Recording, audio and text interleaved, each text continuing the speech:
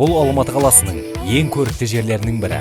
Көктөбенің бөктеріне орналасқан Батыр ана есімі берілген Қасыл Қатықбаев атындағы нөмірі 168 мектеп гимназиясы. Білім ордасының жаңа тарихы 2016 жылдың қыркүйек айында Қазақстан Республикасының тұңғыш президенті елбасы Нұрсұлтан Назарбаевтың келіп ашып беруімен бастау алды. Қазіргі таңда шәкірттер мен ата-аналардың мерейін үстем етіп, жарқырап бой көтерген мектеп ғимаратында білікті ұстаздар командасы жұмыс жасауда.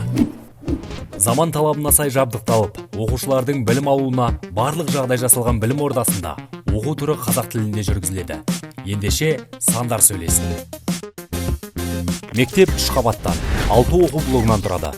Алып жатқан жалпы аумағы 8150 шаршы метрді құрайды. Ғимаратта 35 оқу кабинетімен қатар спорт залы, жаттығу залы, 200 орындық мәжіліс залы және 200 орындық асхана, көлемі 140 шаршы метрлік кітапхана, заманауи үлгіде жабдықталған физика, химия, биология кабинеттері, ер балаларға арналған қыш бұйымдарын жасау, ағаш өңдеу шеберханалары, қыз балаларға арналған тігін шеберханасы бар.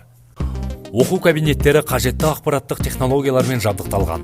Қосымша бір лингафон кабинеті, 2 компьютер сыныбы бар. Шағын футбол алаңы, гимнастика алаңы, баскетбол және құмға секіру алаңдары салынған. Сонымен қатар футбол, қазақша күрес, дзюдо, таеквондо, гимнастика, би, вокал, домбыра, тағы басқа қосымша үйірмелер жұмыс жасайды. Қасыл Қатықбаев атындағы нөмірі 168 мектеп гимназиясы. Білім шыңына бірге жетеміз.